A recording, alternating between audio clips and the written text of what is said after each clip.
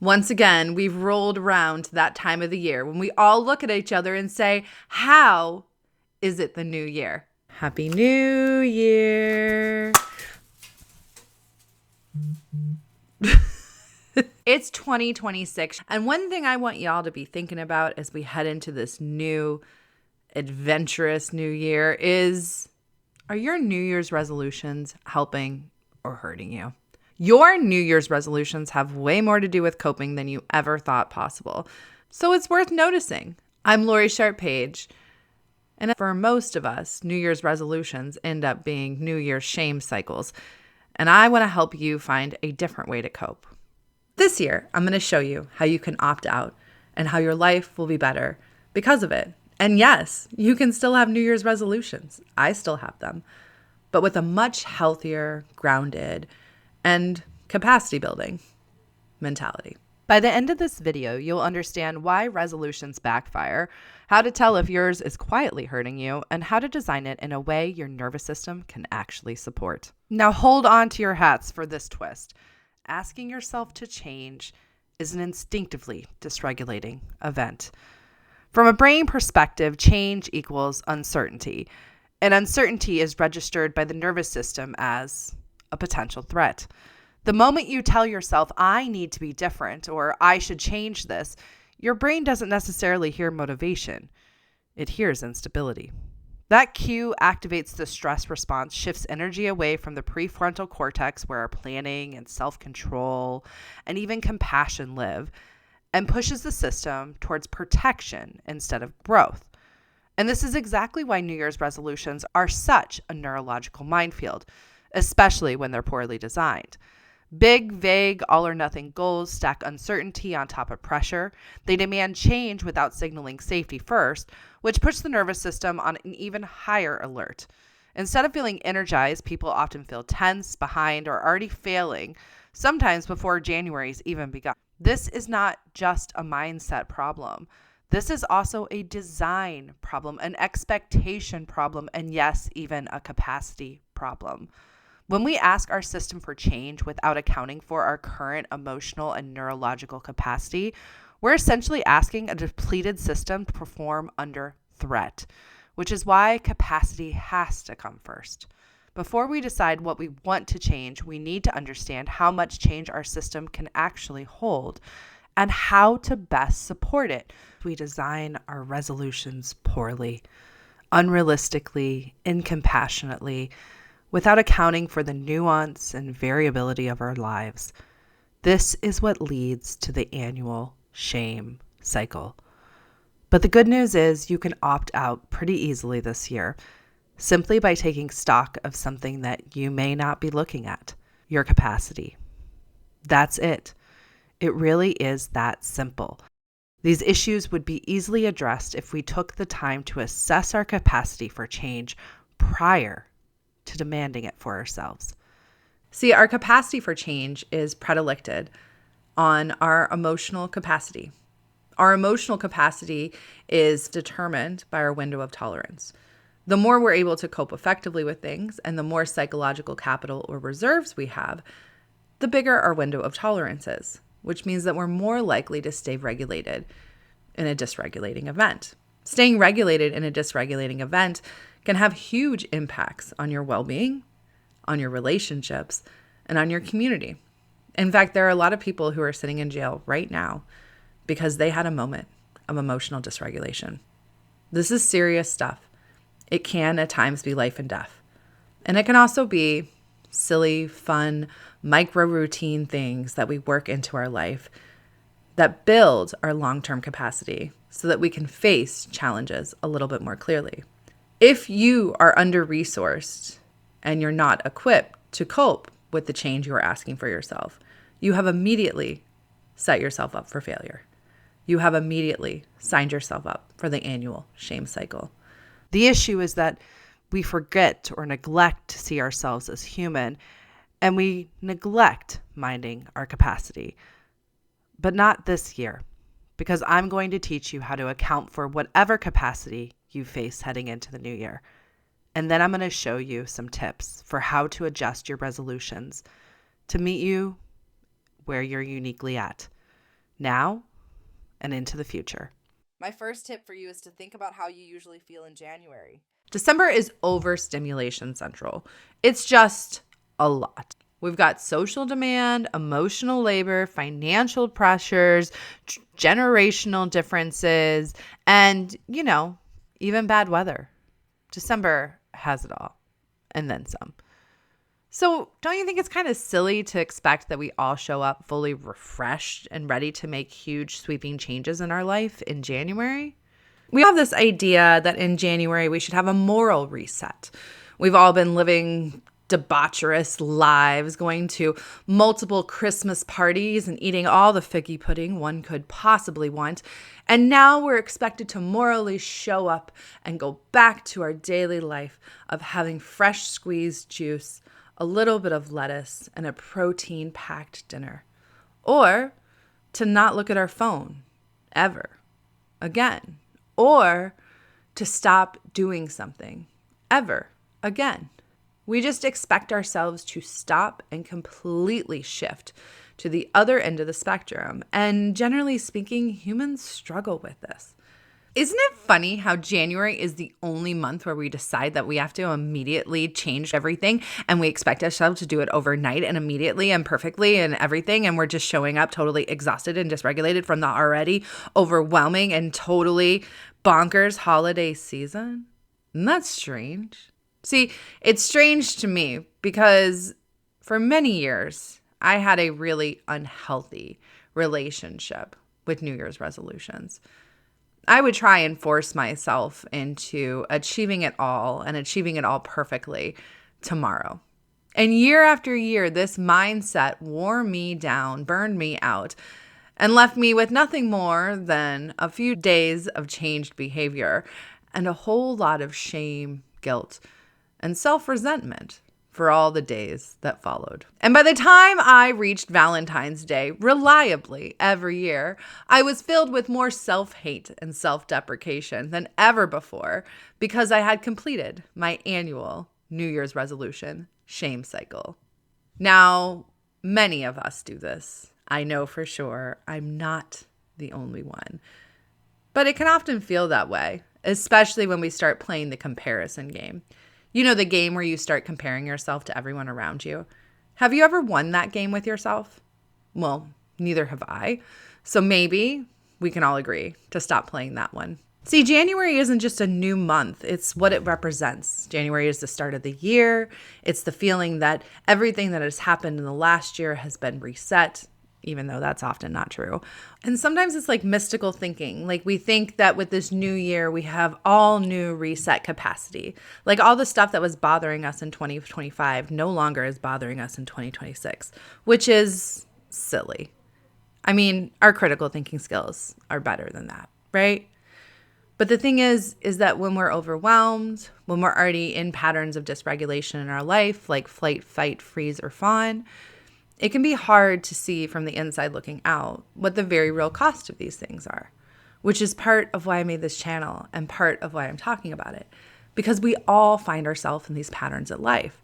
It's not problematic that we find ourselves in them. It's realistic to expect that they happen. It's problematic not to do things, to interrupt them, to redirect them, to build your capacity for them. This benefits you, it benefits your relationships, and it benefits your community. This sort of work is work that I believe we're all personally held accountable to do. And the quality of this work will be seen in the world in your well-being, your peace, your balance, your belonging, and even more joy, because you'll be more trained to respond to the joy and to the potential for joy versus just reacting through all the rage-inducing circumstances. We don't begin at zero in January, and then on top of it, we go ahead and put on more pressure to perform and enact change quickly, often in compassionate ways. Resolutions often increase the pressure you're already under, and they do things like make you monitor yourself more and also make you more rigid with yourself. So you're making sure to micromanage the crap out of yourself when you're already depleted, put yourself in a difficult situation with unrealistic or unachievable expectations, and then just expected yourself to perform. Yeah, this is why we get into the shame loop afterwards. We've set ourselves up for failure. We have to be mindful about how we're setting ourselves up to go after these things. Because just as we can cope with any feeling in a regulated or dysregulated way, we can also cope with any challenge or change or problem that we face in a regulated or dysregulated way. And I think one of the most dysregulated ways that we have as a culture is New Year's resolutions. Because most of the time, people set themselves up for failure. They don't set themselves up for success. And part of it is that setting yourself up for success, for long-term behavior change, is not sexy. It requires a lot of micro intervention over an elongated period of time and intention to make those changes. Now, there are some people out here who say that coping as thought leadership is kind of boring for that reason. Like, there's nothing exciting or quick fix or silver bullet about it. But I would argue that's what makes this so important, because we don't change in an instant.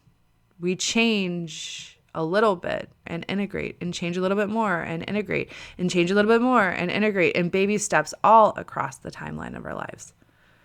This isn't just something that happens at certain points, or because you've done something wrong, or because you've done something right. It's just what is. We're always learning to cope. And New Year's resolutions, well, they present a unique opportunity for that. And I think we should lean into that opportunity and really work to reinvent ourselves any opportunity we can, to grow who we are and our tolerance and our understandings and our communication and our love. But you can only really expect those things if you're showing up regulated. If you're showing up already dysregulated in the new year, and then on top of it putting together an unhelpful resolution, you're going to end up causing more damage to yourself and to everybody around you. And frankly, I think we've all had enough of that. So let's take a minute and talk about the difference between harmful and helpful resolutions. So harmful resolutions are often built on pressure, shame, or urgency. Usually there's messages or thoughts around you not being enough, that if you don't do this, you're going to lose something, lose a status, lose love, lose pride, whatever it may be. But there's a sense that you must react to this. And they're perfection driven.